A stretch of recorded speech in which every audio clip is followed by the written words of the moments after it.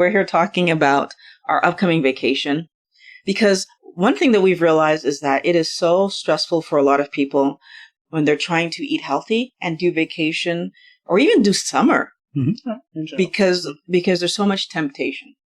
So we thought we would talk about how we're planning for our vacation and how we manage summer in general and see what we can share with you to help not only your summer, but the holidays that come up and all of the special occasions that are going to be in front of you that you could do this more easily, I guess would be the... Yeah.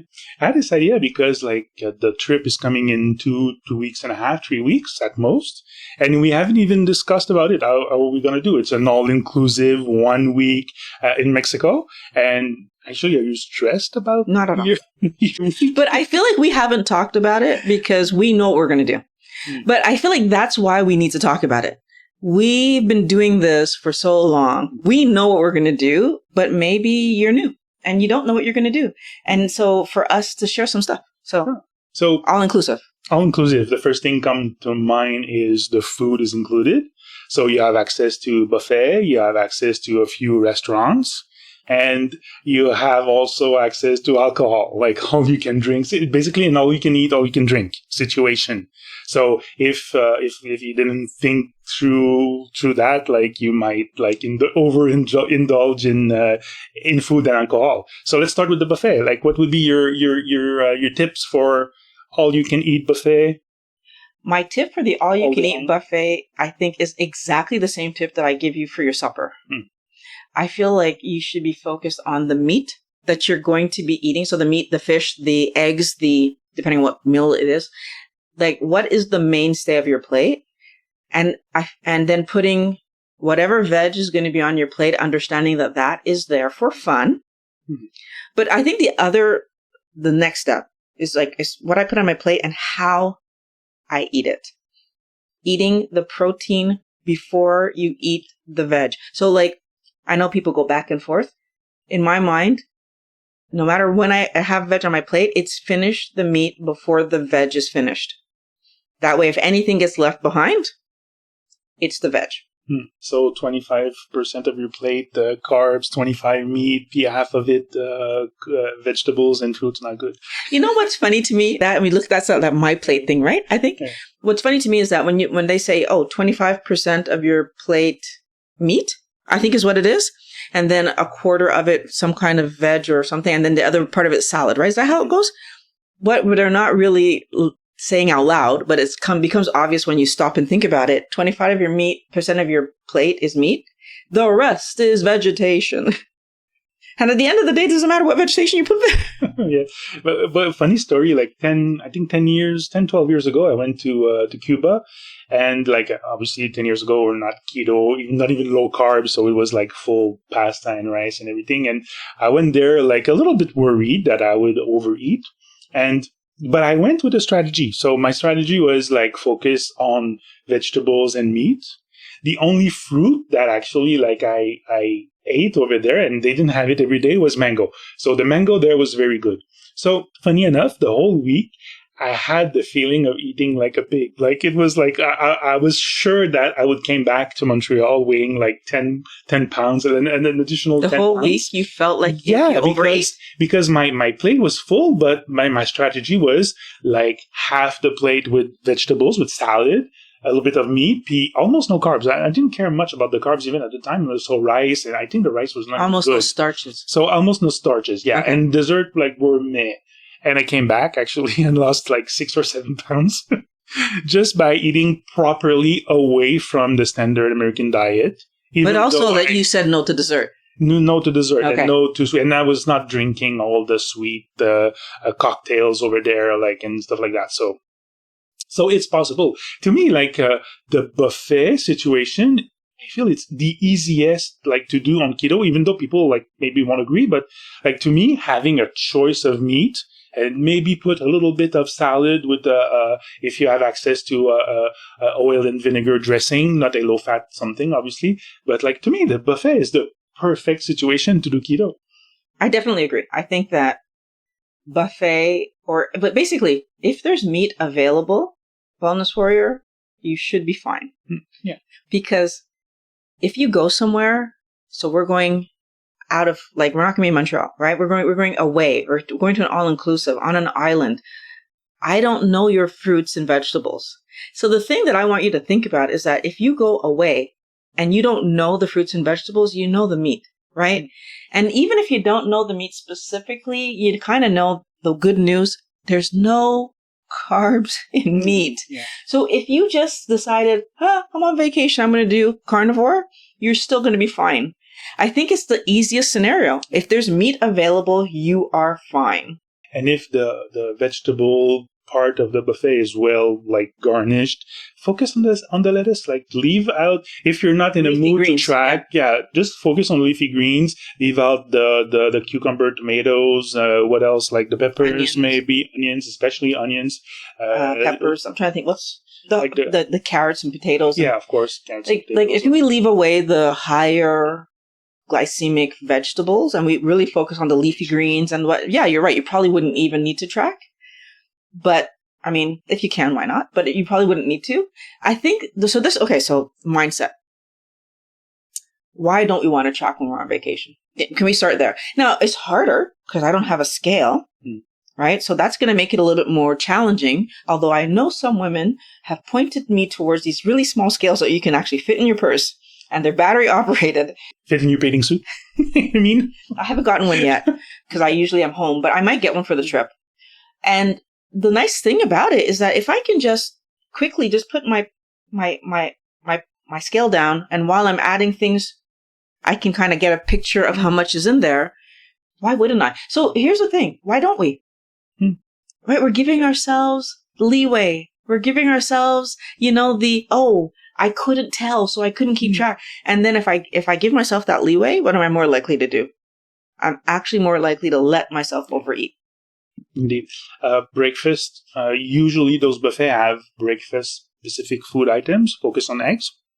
100%. So leave out obviously like the bread, the pancakes, and everything if there are some stations that cook them. So like focus on eggs and sausage and bacon. But you probably have other meats too. Yeah. I would imagine, because like ham, I could imagine there might be. And I have a question for you though. Like, one thing we probably won't, I assume we won't find is heavy cream to put in your coffee. So what's your strategy for your morning coffee? I probably won't have. Won't have any coffee? Well, if there's no heavy cream, I probably won't have. Because I won't be able to blend it, whether I want to do it. So I probably would I have two options, right? Obviously, is that I probably wouldn't have any hot drink in the morning, or I can drink tea. Or tea. Okay, I don't mind drinking black tea. It doesn't bother me at all. Okay, so we need to bring our little spinner to make your coffee. It does an okay job. It doesn't. I want you to have your coffee. Actually, you know what we did one time? Now I'm thinking about it. Remember we went to one of our bed and breakfasts and they didn't have a blender? And you got some extra muscles by shaking my coffee for me? Oh, yeah. So theoretically, we could just do that. Oh, but we need a cup. I would have to pack one of my cups. Either a cup or the shaker. And the other thing, food related on all-inclusive are restaurants. So usually you have a Asian or Japanese restaurant, an Italian restaurant, a Mediterranean restaurant. So be careful. And I think the one resort we're going, they have like 7 or 8 different restaurants, and they have an Italian restaurant. Obviously, this one probably going to avoid because it's a probably pasta oriented. But even Italian restaurants have some kind of meat. But like I remember, like in the past when I went to a resort, it was just like the Italian restaurant was like everything was pasta.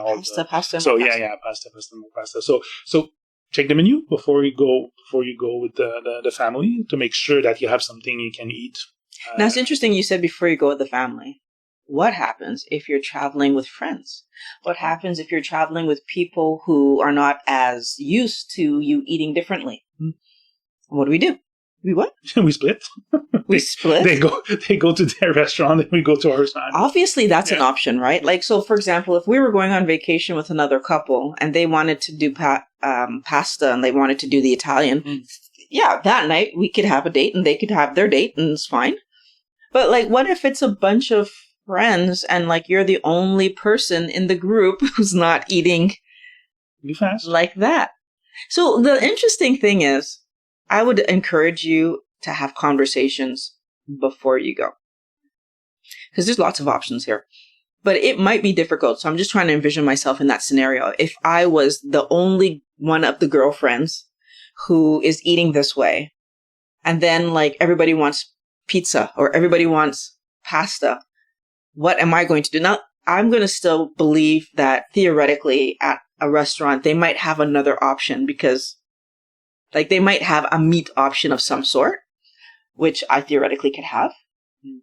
But the other option I have is if we kind of had this conversation beforehand, maybe we could do like 3 of us do one thing that night so that I get to eat something with some people and the others do something and then we could kind of switch, right? And so that I'm never technically all by myself eating a meal, right? I feel like it's a conversation that it's important for you to have with your friends. And of course, they're your friends, so they're going to want you to have fun on the vacation, right? They're not just going to be like, oh, she doesn't eat properly, so we're going to go off and do our own thing and leave me by myself. But I think it is something you should say or have a conversation about before it happens. Stand your ground. I mean, like if there's one restaurant that really has no options for you, then like tell your friends that there's no options for you. I mean, like for sure, like even for us, our kids are 18. Like if there's a fast food, but they know how we eat. So I think even if we say no, we can't go there because there's nothing for us, they'll understand. We're going to pick up something else. So, well, yeah, that's why I kind of put it on friends because I feel like it's more our friends who might not be thinking, oh, Violet doesn't eat rice, right? Or pasta. I think pasta is the bigger place, right? Because there's restaurants that are just dedicated to pasta. So it could become an issue. And what about all the snacks? Because there's going to be food like all day long, a little snack bar there, a little pizza there, and a little bit like, obviously you want to avoid avoid them. Try to keep your routine of 1 or 2 meals a day if you're, or even 3 if you're like that, but like avoid snacking in between. What I would say on that front is you need to pay attention to when you're going on vacation or you're going to a party or you're going to any scenario that's not typical of your everyday. If right away my mind goes to, how am I not going to eat X? Then what we're really saying is the only reason I don't eat that thing is because it's not in my everyday. And now that's not a decision I'm making. Right? And I want us to think about that because you wouldn't be happy if the only reason your spouse isn't cheating on you is because there's no women around, right? That would make you angry. I know it would make me angry. I'm pretty sure it would probably make you angry. So the fact of the matter is that I should be able to be around it and not be tempted by it. So if you notice that happening, it's also telling you that you have more work to do. Right? Like you need to figure out how can I be comfortable in front of these. So is it true that I would eat it or am I just scared I would eat it? So is there a bit of anxiety at play? I'm not going to know until I'm in front of it, first of all. But second of all, if I get in front of it and truly I'm chasing, what is that saying about the amount of carb that I eat on my everyday? Because maybe my carb count is too high. Because it's telling me that I'm still chasing regular garbage. But the second thing is psychologically, because that's the other reason we might chase. If I'm only ever able to be good because I'm not around it, I'm needed to question what are the things I'm telling myself about why I eat the way that I eat. And let's make sure that I'm telling myself the right things, right? That I'm telling myself I'm eating this way because I'm healthy and I want to stay healthy and I want to be strong. And all the things that come along with eating properly. Definitely the same goes for alcohol. Like we'll have access to like all day beers and drinks, and so it can be tempting for a lot of people. I think you should go with moderation. Definitely go with moderation, and definitely go with being selective with the alcohol, because some alcohol are less sugary. So obviously, like beers are to be avoided. The sweet fruity drinks, yeah. like, but like those frappe that like so those smoothies. I was looking for smoothies with alcohol, like for sure are going to have to be avoided. There are also like those sweet liquors So if you must really have something, have a drink. I think like a low sweet wines might be an option. I wanna just jump in, sweetheart. I just want to say, like, wording is important too. Like, again, like, Sure. the reason that we're doing this conversation is we want you to think about what you're saying to yourself. So, and I don't know if this is an English-French thing, so I'm just going to say it like that. Like, must have and avoid are two words that I try to teach people not to use for themselves. Right? Yeah. So I want you to choose to drink what makes sense for you. And I would also think about, and this is one of the things that when we go out, and we go out for, to supper, like every other week, and we go out on like dates for bigger events. And whenever we're going out, it's a decision that we make in the moment. Are we drinking? A lot of the time we say no. And why do we choose no? And so this is something I know my answer, and I'm going to let you say your answer after. Why do I say no? Because in my everyday, I don't tend to drink. So when we go out, even if it's a date, I don't tend to want to drink, right? I'm happy already. I'm having fun with you. So my desire for a drink isn't there. Sometimes I feel like having a drink, but it's more no than yes, because I'm already having fun. And I think this is something, at least on my side, where we grew up with this idea of like, you drink to party and have fun. And I've put that idea down years ago when I started to realize that I actually love waking up the next day feeling good, first of all, but also like I like using my body and being strong, and alcohol plays a role in diminishing that. So that's my reason for like most of the time I say no. What's your reason for most of the time you say no? Because you don't want me to drink no. No. I'm not that controlling. Oh yeah, I know. And you've had drinks and I didn't, so let's just point that out. Yeah. It was obviously a joke. But you have a good point. Like, I don't like the feeling of over drinking, like either. So, but I do like the taste of red wine. Like we just like a few days ago we went out and we had a glass of wine, and we just like chose a low sugar white wine and a red wine. For me, I haven't had like red wine in months, I think. So yeah, it's but I'd be as satisfied with a glass of bubbly water than with a glass of wine. So even when we go, like, I think like for good now, all the diet sodas that we used to drink at the beginning of our journey, like these are all gone now. We're heavy we're heavily drinking now bubbly water, and it's as good as even better. Like the other day, like we went to a show last week, and you got us like 2 Diet Cokes. I didn't even like it. Like it almost immediately made my teeth feel greedy. It was crazy. It was like Diet Pepsi, actually, but yeah. That was Diet Pepsi. Okay. Yeah. So yeah, I was like, they probably didn't have. They didn't have bubbly water. Yeah. It's always our first choice now. But you know what's funny? That as you were saying, because you reminded me, we had wine the other day, and why did we end up having wine? Because we were in like this really fancy restaurant, and you ordered a steak, and I ordered this, I can't remember, like a really fancy something, and it seemed right to have a glass of wine with that. Yeah. And again, it's interesting how even that came down to old ideas that I have about having a glass of wine, right? We were in this beautiful room, and we were all by ourselves in this fancy restaurant in this beautiful room. And it was just like, it just seemed right to have a glass of wine. But the truth of the matter is, we equally could have had the same amount of fun drinking bubbly water. You're right.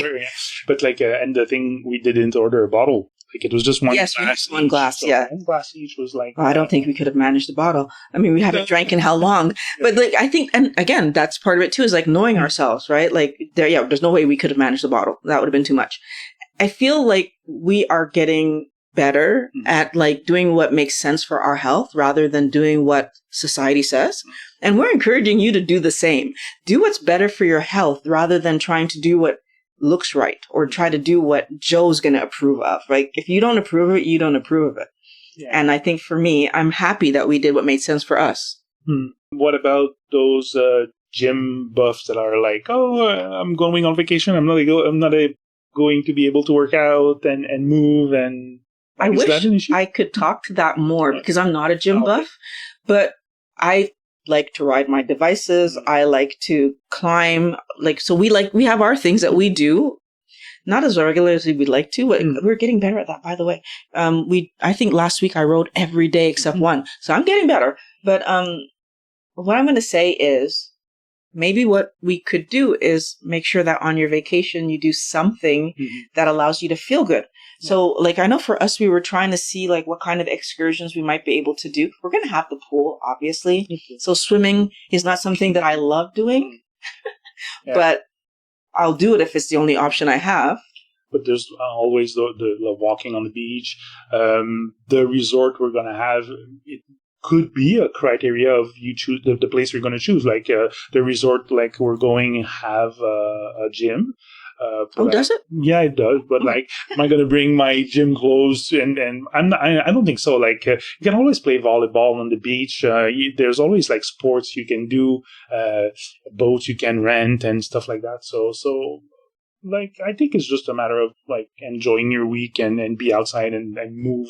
You're going to move more, I think, than if you have an office job. Like, well, I'm also thinking that maybe exploring the environment, like if we're able in that neighborhood, I will see how safe it is when we get there. But I think exploring the environment is also going to be interesting. Like we like whenever we do go on vacation, like and we rent Airbnbs, we love walking around the neighborhood and figuring out like what's close by, and so there's always that too. So I'm not sure if we'll have that option. And if your vacation is about maybe going, like staying more local, going to a cabin, or maybe you go to your cabin every weekend, like these could be also like a stressful situation. Maybe you have people coming over that you want to please with your amazing cooking and your barbecuing, or maybe you're visiting friends at their cabin, for example. Well, it's interesting because you say like at a cabin. So at a cabin, like, depending on what kind of cabin you have, it could be like a full kitchen cabin where then again, you're making meals. I don't know if I would want that to be my vacation though, that I'm cooking for people on my vacation. So, but I don't like to cook. Maybe, well, that you'd be cooking. So like, maybe it wouldn't bother me as much, but as long as there's a barbecue, I'll be fine.